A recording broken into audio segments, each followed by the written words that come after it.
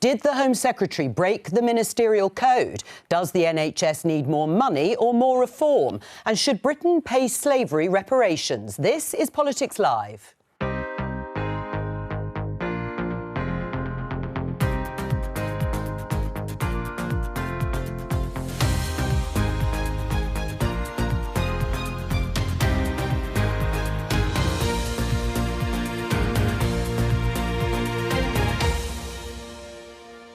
Joining me today, Conservative Chair of the Women and Equalities Committee, Caroline Noakes, Labour MP, Clive Lewis, The Guardian's political editor, Pippa Crerar, and Telegraph columnist, Madeline Grant. On today's programme. Any regrets, Home Secretary? Are you subject to different laws than the rest of us, Home Secretary? She took the points and a fine in the end, but is the political pain for the Home Secretary going to be worse? It's just be normal, like the people who we represent. Historically, I think we have a perception of being the nasty party. What path to electoral success for the Tories? I know that money makes a difference, but it only gets you so far. The NHS needs reform, not just more cash. Is Keir Starmer right? Trying to unpick our history is not the right way forward, and it's not something that we will focus our energies on. But Clive Lewis says we should pay reparations for slavery.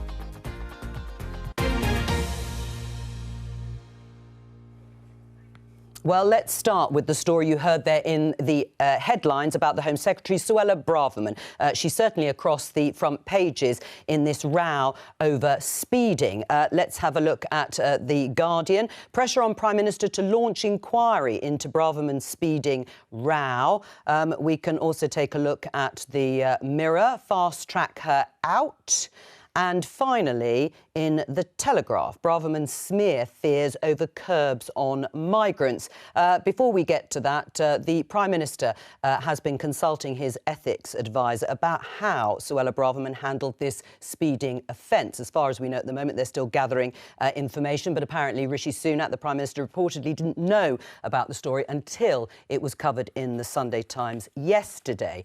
Now, The Telegraph headline is referring to net migration figures that are due out on Thursday this week. They're expected to be very large, and there has been a debate ongoing inside government about whether to bring in new curbs on immigration. So, my opening question, starting with you, Caroline, is what's a bigger problem, do you think, for the Home Secretary? This week's immigration figures or the story about her speeding fine?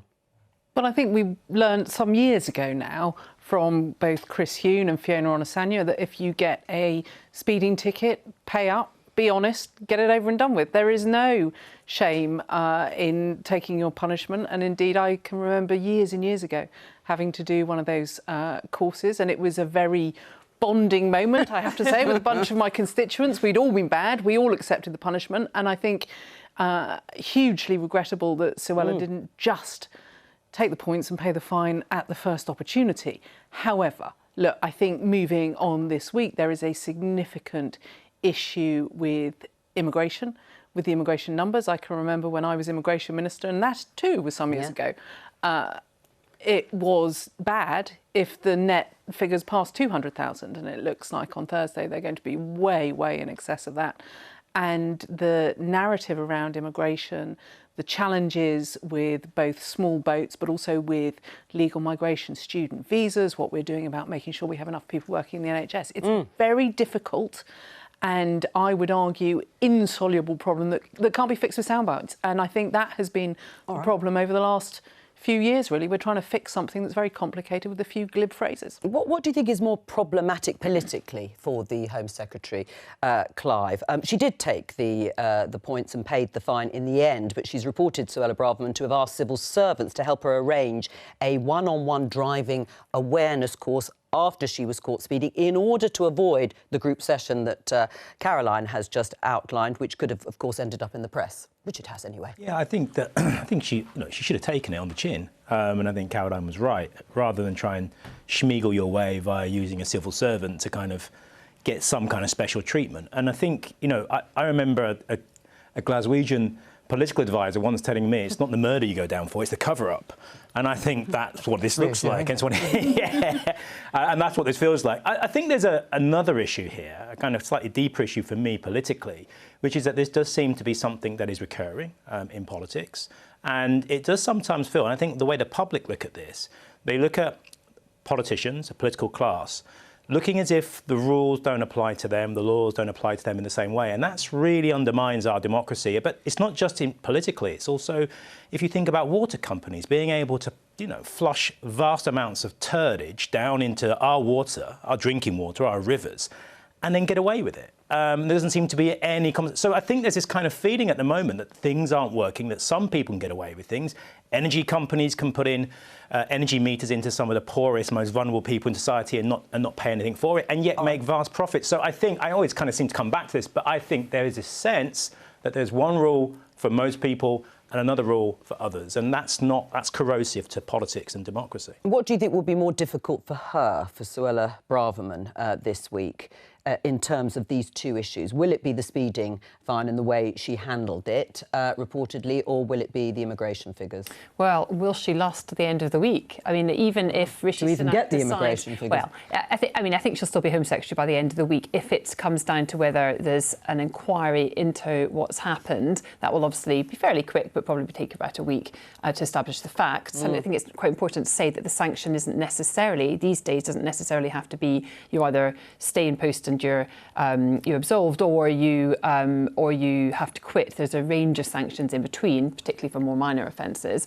But there is one school of opinion going around the Commons this morning about whether actually Suella Braverman might see this as an opportunity to jump before she's pushed. We've had a lot of commentary from her and her allies since she took over. Some of it quite difficult for the government, some of it not actually pursuing what you might think that would be the most helpful route for the government on some of her immigration rhetoric, for example. And then we saw her last week at the NatCon conference setting out what looked very much to a lot of her colleagues like a bit of a Conservative leadership bid.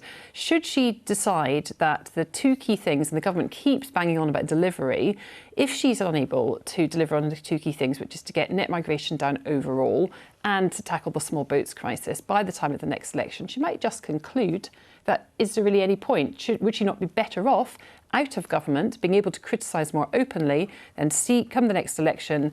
And to me, it seems that she is very much focused on who becomes Tory leader after that point. Which is the bigger problem for her this week?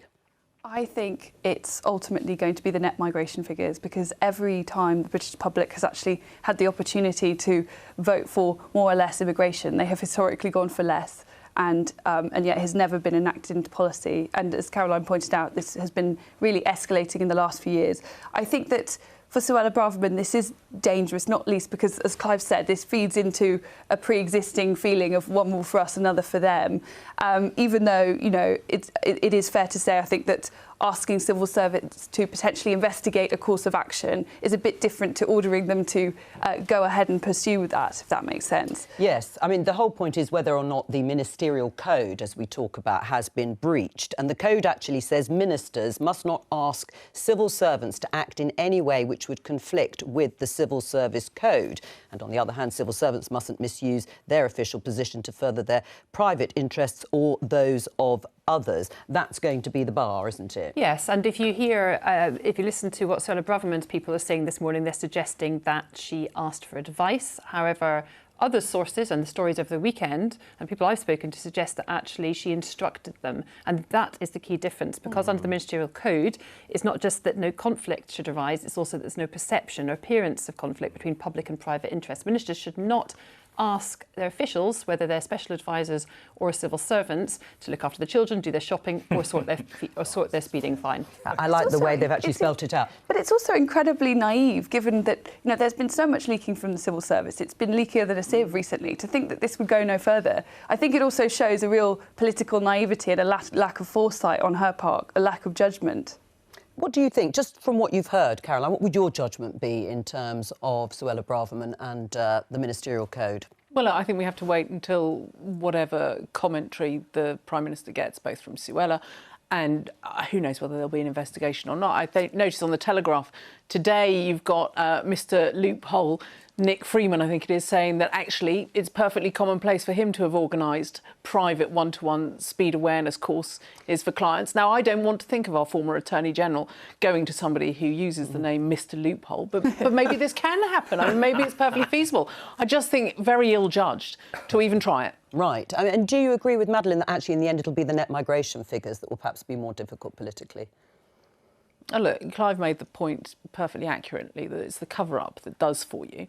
But I think fundamentally, when you hitch your wagon to getting immigration down and it shoots up, you have a very serious problem. Well, and I think fairly recently, either at conference or certainly when running for the leadership, she's still pledging to bring it down to below 100,000, and even the most recent figures were 540. So it'd be nice to have a grown-up conversation about it, though. I mean, obviously, you know, people seeking asylum coming over in small boats is completely different from other aspects of migration, but the economy, there is clearly a shortfall of people trained to do certain things post-Brexit, and what that means is that there are people being sucked in elsewhere, as well as the fact that students who took a downturn during COVID are now increasing in numbers. They're coming back into an HE sector desperate for those funds, and yet they're included in those figures. So I think we have to have a kind of a proper, honest, open conversation about what we'll take, what we'll accept and what we won't, because clearly there is an economic impact. When you don't have people able to do those things, that drives prices up. And things, we see those shortages sometimes on the supermarket shelves. We have to have that conversation. What do people want? Food shortages in some sectors? Or net migration figures slightly higher? I mean, those are the kind of conversations we'll need to have. Well, we've been having them, and we'll talk about them again, of course, when those figures come out on Thursday. Pippa, let's just refer to this story in The Guardian. This is Suella Braverman tried to get out a final vote on small boats bill. This is the illegal migration bill that the government is introducing. What would be the motivation for her trying to get out of that? I was told she wanted to go on a visit to a police station to make, her critics suggest it was for a photo opportunity. She actually wanted to go to promote the increase in numbers of police on the front line. The suggestion is, from the people I spoke to, that she thinks that there's, as Clive referred to, one set of rules for her. And even though it's the government's flagship bit of legislation going through the Commons at the moment, certainly for her department, she felt that it was OK to get her officials to send repeated emails to the Whip's admin team and to try and get her out of the vote. And actually, I'm told, ultimately, the Chief Whip himself had to call her up and say, you're going to be there. She's a bullet magnet. It's embarrassing for them, isn't it? She's a bullet magnet. For Rishi Sunak, he has to accept that Suella Braverman is a bullet magnet. That's what the term we use to...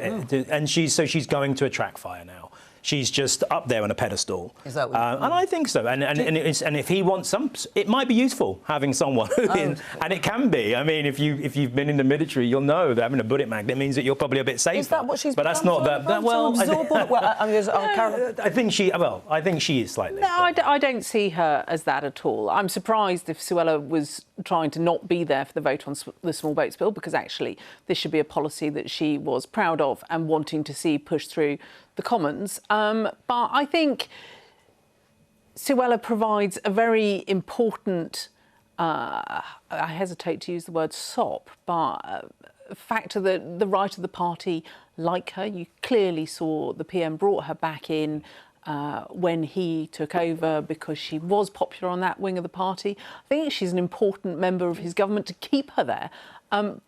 But she's not making it easy for him, is she? No, well, talking of Rishi Sunak, he didn't look best pleased, it has to be said, to be asked about the story about the Home Secretary's speeding fine and how it was handled at the G7 summit in Japan over the weekend. Let's have a look. Thank you, Prime Minister. Chris Mason, BBC News. Will you ask the Independent Adviser on Ministers' Interests to look into your Home Secretary's conduct after she asked civil servants to help her deal with being caught speeding? And do you have full confidence in Suella Braverman? Did you have any questions about the summit? Others will, I think. Great. Well, Chris, I don't know the full details of what has happened, nor have I spoken to the Home Secretary. I think you can see firsthand what I've been doing over the last day or so. But I understand that she's expressed regret for speeding, accepted the penalty, and paid the fine. Well, since he talked about, yes, he looks clearly very, very irritated, doesn't he? Yeah, absolutely, bestriding the world stage and talking about Suella Braverman's fine. Well, let's have a listen to the woman herself being asked about it today. I got a speeding ticket, I paid the fine, I took the points. In my view, nothing untoward has happened. There you go, Madeline. All done and dusted. Done and dusted. I think not. Perhaps I think it will all depend what the ethics advisor says. And given that when Rishi Sunak entered number 10, he made a big feature of trying to clean up the perceived mess and the lack of trust and the decline of trust. The accountability, all of the that integrity. Stuff. Yeah, you must be regretting that now. Professionalism. Well, I mean, I suppose, yes. I mean, it is very unfortunate, not least because it means that it's very hard to set your agenda and craft the narrative when, you know, all we're talking about are these series of mini crises. It's very unhelpful for a PM who's still trying to set his narrative and explain what he's trying to do to the public. But I think, you know, having set out that stall as someone who's big on ethics and accountability, it will ultimately come down to what his ethics advisor says and what the due process is thereafter. I mean, he was really irritated, Rishi Sunak, wasn't he, by being asked about this in Japan, understandably, I suppose. He was, and as Madeline says, he's been trying to move on from the Boris Johnson era, yet at every single turn, whether it was Nadhim Zahawi, Gavin Williamson, Dominic Raab, now Suella Braverman, his senior ministers, people that he appointed, that he judged were fit to be in his cabinet, have ended up getting into trouble. And throughout, all the polling suggests that he outperforms the Conservative Party with the public, and yet every time the frankly quite trashed now Conservative brand pulls him down. And that's going to be a problem for him going for the election, even if the public think that he's somebody they want to see as Prime Minister. Which makes sense to why they're running a presidential campaign in terms of pushing Rishi over. But then people will go to the ballot box and will be voting for the Conservatives, regardless of who leads them, or not voting for them, as the case may be. I mean, it isn't the only headache for the party at the moment. Appealing to younger voters is another. Let's take a look at this TikTok video from our political reporter, Joshua Nevitt. How can the Conservatives convince more young people to vote for them? Historically, I think we have a perception of being the nasty party. The Conservatives have long struggled to attract younger voters. None of us dress up in three-piece suits. We just go to the pub, have a darts night and campaign. But one MP thinks he knows how to win them over. Enter Matt Hancock. He was the Health Secretary during the pandemic. He was on your TV a lot. And then on your TV again, eating kangaroo bits on I'm a Celebrity. He's appearing in the pub behind me, speaking to young people. So why do you think so few young people vote for the Conservative Party? I think the big issue for why young people don't vote for the Conservative Party comes from the millennisation that we receive on places like TikTok, Twitter and Instagram. And it's just like, just be normal, like the people who we represent. It's just about being part of modern Britain. What can the Conservative Party do to encourage more people to vote Conservative? I think the biggest thing for particularly young people is going to be home ownership. I do think that housing is a particular concern for young people. That's kind of, for me, that would be the main thing. If you're under 40, then the Conservatives really have had not enough to offer you in the last few years. There has been a push in the past for homes are really expensive, let's build some really small rubbish ones. No, homes are really expensive, let's build big ones that people really want to live in the right place where that is accepted. Thank you very much indeed. So Joshua Nevitt reporting there. Caroline, we saw Matt Hancock, former Conservative Health Secretary, talking about being normal and building more homes and houses to appeal to young voters. Is that what's needed? Well, it's always very dangerous, isn't it, as a politician, to try and set yourself up as being normal. I don't think I would ever try and claim it. I think the thing that worried me more about that clip, where were the women? And that really scared me about last week's NatCon conference full of men. Now, look, if you want to be a modern, relevant party, do not forget 51% of the population. And I have to say, every day that I go out doing my work as chair of the Women and Equalities Select Committee, I am really conscious that we have to be talking about the issues that are impacting women, whether that's about the right to abortion, whether it's about the right to go out to work or choose to stay at home. I mean, this was a big theme of the conference last week, wasn't it? Telling families that you have to stick together regardless. Danny Kruger, the MP. Yeah, absolutely. And I do think it's crucially important that we have conversations with the electorate on the issues that they really care about. And when I knock doors in my constituency, let me tell you, the only people who are talking to me about abortion are absolutely terrified 16 to 18-year-old girls who have seen what happened with Roe v Wade in the States, and they want us to step up and really stand up for women's rights to choose. What does it make you sort of feel about the next election in the way that you've just described your reaction to what you heard at the National Conservatism Conference? Well, look, we're a broad church, and I'm saying that more and more regularly at the moment, is that it's absolutely critical that those of us on the One Nation wing of the party are prepared to speak up and say, actually, Danny Kruger doesn't speak for me, and Caroline Noakes speaks for me, and she speaks about the issues that impact the people in Romsey and Southampton North. And I think that's going to be absolutely key at the general election, that we emphasise the fact that the Prime Minister is a moderate One Nation Conservative, that we focus on making sure that this isn't about extremes. This is about bringing the Conservative Party back to the centre ground where, guess what? You win elections. You don't win elections on the extreme. The Labour Party learnt that in a very difficult way in 2019. Madeleine, what do you think it says about the mood of the Conservative Party? Yes, they're examples of young Conservatives worried about the appeal on things like home ownership, but also more broadly the groups that Caroline is talking about. I mean, there seem to be, myriad groups now of Conservatives. Yeah, and I think essentially at the last election you had two things that really clustered people behind the Conservative Party. You had Jeremy Corbyn, a prospect that really alarmed a lot of people, and you also had deep anger over the way in which Brexit was being thwarted in Parliament. And I think when you take away those two things, the inherent fissures that exist within the Conservative Party have really started to come to the fore. But it's also, I think, I agree with quite a lot of what was said at the conference, to be quite honest. I think it's a shame that, for example, Miriam Cates talking about low birth rates. I think that is a real problem, and you don't have to be Viktor Orban to be worried that there are lots of women who'd love to have more children, but they feel that they can't. And I think it's a shame if the Conservative Party feels that it can no longer speak to issues like family or talk about the importance of marriage. I mean, these were quite anodyne points that were often raised when David Cameron was in charge. I think that some of what was said has been misconstrued in the most unhelpful and the most ungenerous reading of what people were saying. Like the idea that someone like Miriam Cates is some kind of far-right dog whistle is just completely insane. Caroline, I'll come to you, Clive, in just a minute. Caroline, what do you say to that? Well, I particularly didn't pick up on Miriam's comments, and I think she has a point about how important it is that women have the ability to decide to stay at home and raise their family if they want to, if they choose, if they can afford to. And I think that's the real issue, if they can afford to.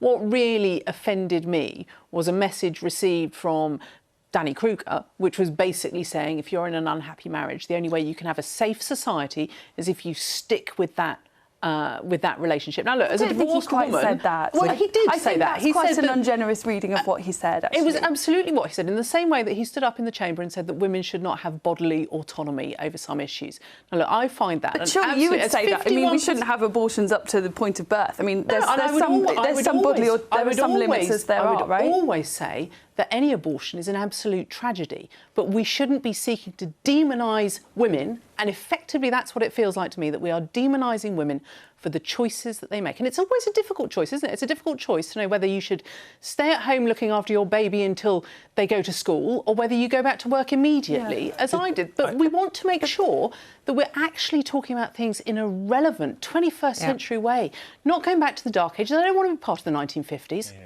I just don't think that when Danny Kruger said there are some limits on bodily autonomy already, that's self-evidently true. There are. I don't think that was offensive either. I think people, again, have misinterpreted that in the most extreme possible reading of what he said. Although he did come back and clarify to some extent what you read from his comments, which was about people staying together, couples staying together, even if the implication was that it was abusive. I mean, this idea of it being a modern sort of face of the Conservative Party, do you think that was lost to some extent in that conference? Well, I think that when you had the presence of various cabinet ministers, what was actually more of a small C Conservative group of people discussing ideas then became to be emblematic of the party because of the presence of so many of various ministers there, if that makes sense. I think there were plenty of people there that wouldn't vote for the Conservative Party, who are more left-wing economically, who would say that they're small C but not large C Conservatives. Right. I mean, just very briefly, this in the Times, I mean, a different sort of standpoint. New Tories plot to keep the red wall voting blue, talking about the Tory deputy chairman. I mean, Pippa, On this, of course, is the coalition that Madeleine referred to of the sort of Shire Tories and then Red Wall former areas that voted Labour. They're also wanting calls for lower immigration, lower taxes and, yes, family values too. And this is the coalition that any party needs to unite, really, ultimately, but to win an election. And Tony Blair did it with sort of the metropolitan cities, there's a metropolitan constituencies and also some of the more traditional Labour heartlands. And Boris Johnson did it, obviously, with such huge success with the Red Wall and the so-called Blue Wall, the Shires. But what it looks like is happening now is that is splitting, and Rishi Sunak is not actually managing to capitalise on either of those two core votes that backed them in 2019. And a lot of Tory MPs I speak to are particularly concerned about the Blue Wall because they see what some of this sort of, they interpret as the populist stuff that was in that conference, or indeed some of the immigration rhetoric that Suella Braverman, for example, has come out with. They see that, as well as the party's handling of Brexit, as being really off-putting to possibly more socially liberal-minded voters in parts of the southeast, for example. All right. We're just going to finish off because I think we can show you Suella Braverman, the Home Secretary, talking to interviewers just as she went into Downing Street a few minutes ago.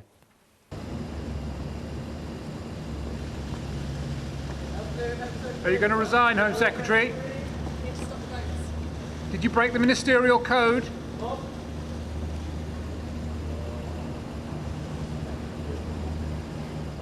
In fact, I think I know what she said, which was, I'm here to stop the boats. So need to stop the boats, and that is a reference to the illegal migration bill that the government is introducing. Let's talk about Labour and Sir Keir Starmer. He's made a speech on the NHS. Let's have a listen. If all we do in the Labour Party is to place the NHS on a pedestal and leave it there, that's not good enough either. I know that money makes a difference, but it only gets you so far. You can't look at the problems now and tell me it's just about money. That's not serious. You can't ignore the fact the world has changed. That's denying the evidence before our eyes. Clive, do you agree with that?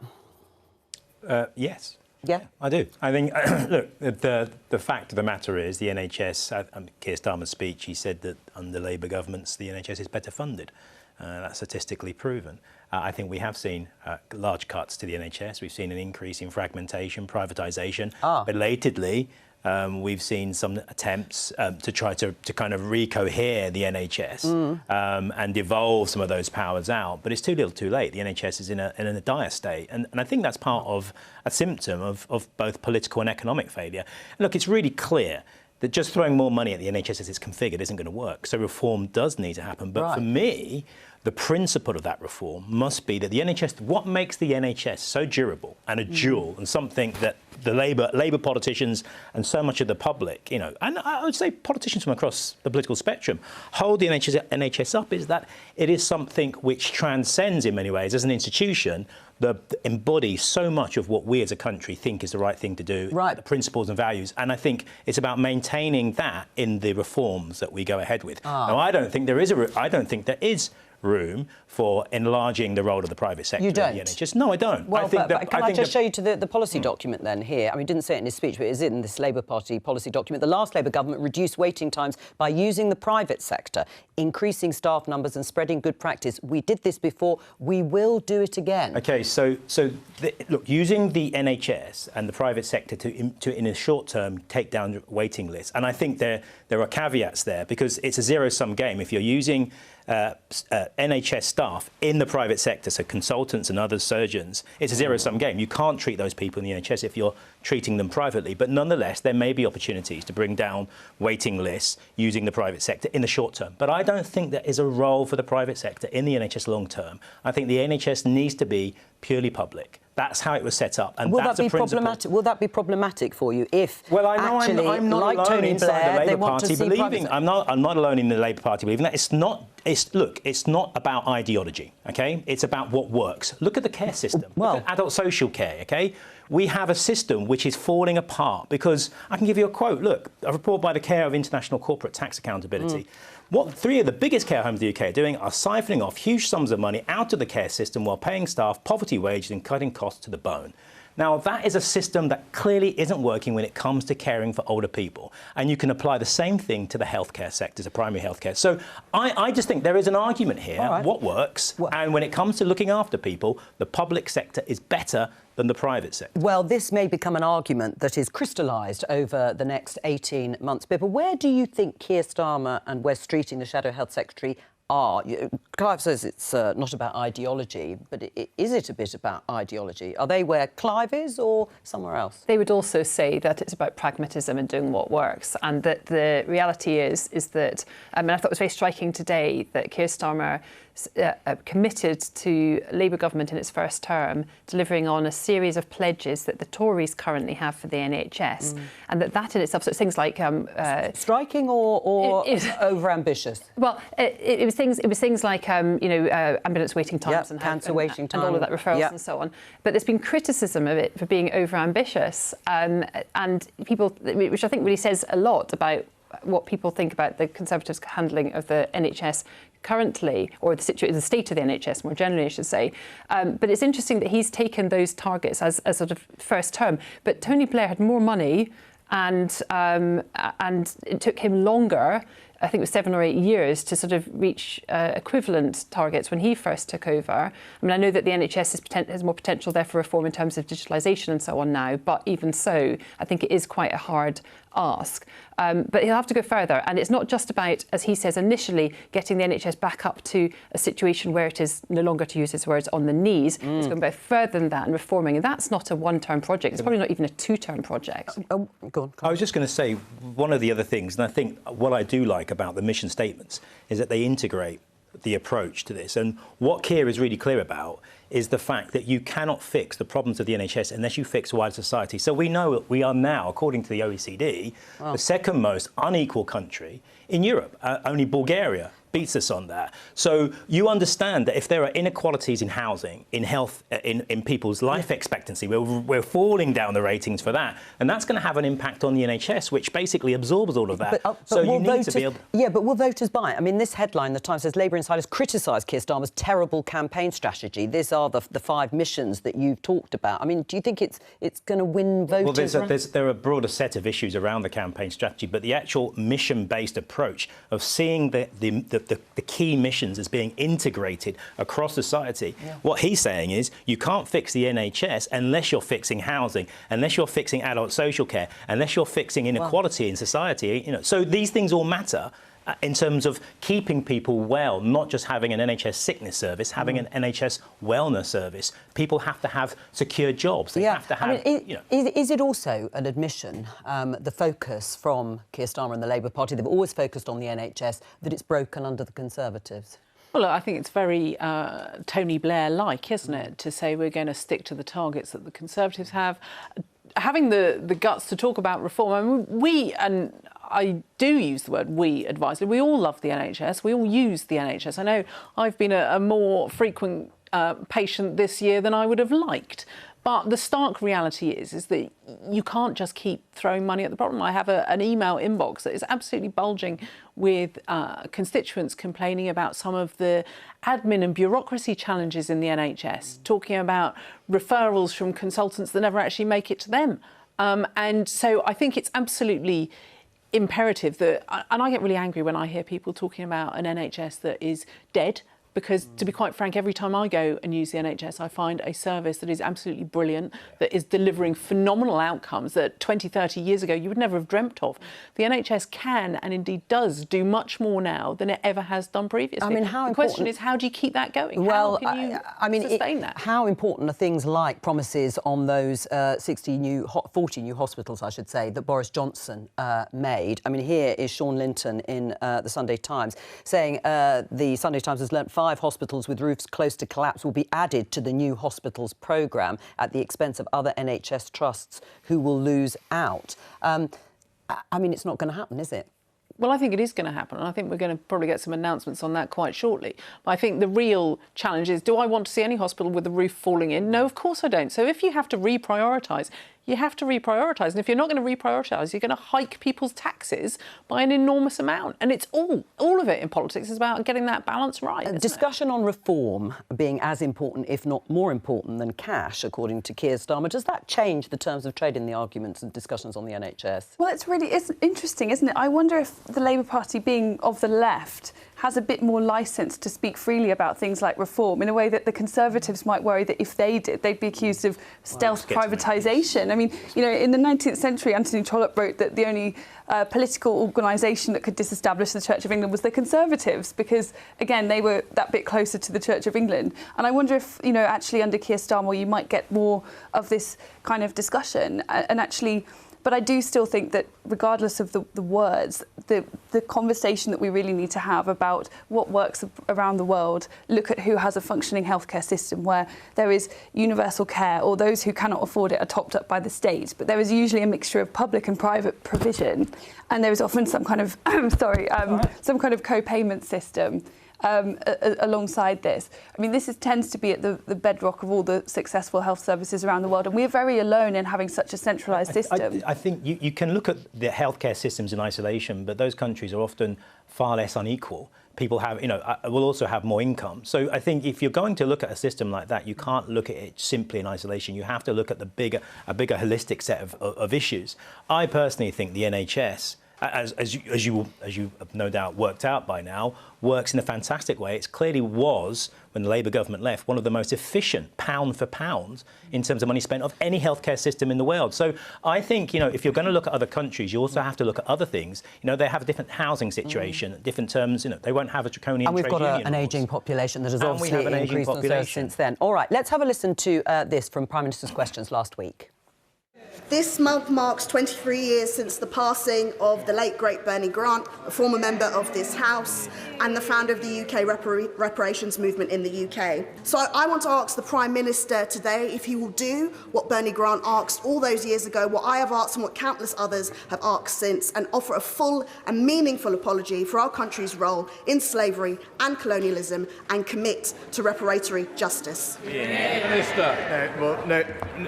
Mr. Speaker. What I think our focus should now be on doing is, of course, understanding our history in all its parts, not running away from it, but right now making sure that we have a society which is inclusive and tolerant of people from all backgrounds. That's something that we on this House, our side of the House, are committed to doing and will continue to deliver, but trying to unpick our history is not the right way forward and is not something that we will focus our energies on. I don't agree, Clive, with Rishi Sunak. I mean, how have you got involved in this issue?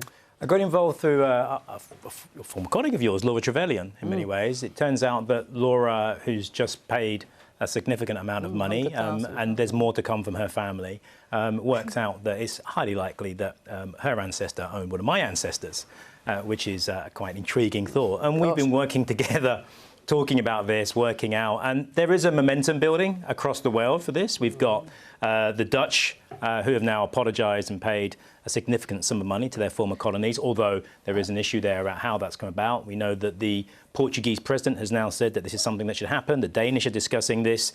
All of the CARICOM islands in the Caribbean are unified on this. The African Union are now pushing this as an issue. Are they using the term reparations? So it I depends. understood the Dutch government, they've got a fund, as you say. And I think there's a discussion at the moment. I think for some people it's an apology for what happened, which has never happened, which I think is quite shocking. But I think in terms of the money, there are some people who are calling for reparations for the act of slavery, saying that the UK and other countries should live up to the ideals which they say they live by, the morality, the law, the laws-based order that we all say that we agree with and adhere to. But there are others who think that actually it's the dire state that the Caribbean was left in economically after 400 years of slavery and colonialism, and it's that the UK and other countries need to address. And how would you quantify that? So how would you quantify it? Well, you've got the Caribbean islands, which were ruthlessly exploited, slavery, extractionism, then the colonialism that took place after, then today's figures, hundreds of billions of pounds that were paid to the slave owners and not the slaves, and then you begin to build up a picture whereby the CARICOM countries have now come together with a set of asks, economic asks, to the European Union and to the United Kingdom, saying, help us rebuild our economies because they are in tatters with the climate crisis approaching, and we're asking you to help us, not give us more debt, not take more from us, but to help us. I think it's a fair ask. Caroline, do you support the idea of reparations for slavery? Well, I think you asked the right question, and how do you quantify it? Payment to whom and by whom? And fundamentally, this is asking the British taxpayer to stump up at a time when, as the Prime Minister said, we should be focusing on how we can bring our communities together and focus on the challenges that we have here. So I think it's a really difficult question and a really difficult time. Right. I mean, do you think, though, the principle of some sort of compensation, either not to individuals? I don't think I'm not. Right. I'm not arguing for that. It should be at the state level. So I think the Trevelyan Fund, which has been put into, I think, an educational fund, is a potential way forward. But, you know, I go back to whom, how do you select who gets the benefit from that and how much? And, you know, is it going to be my constituents, Clive's constituents who are paying for it?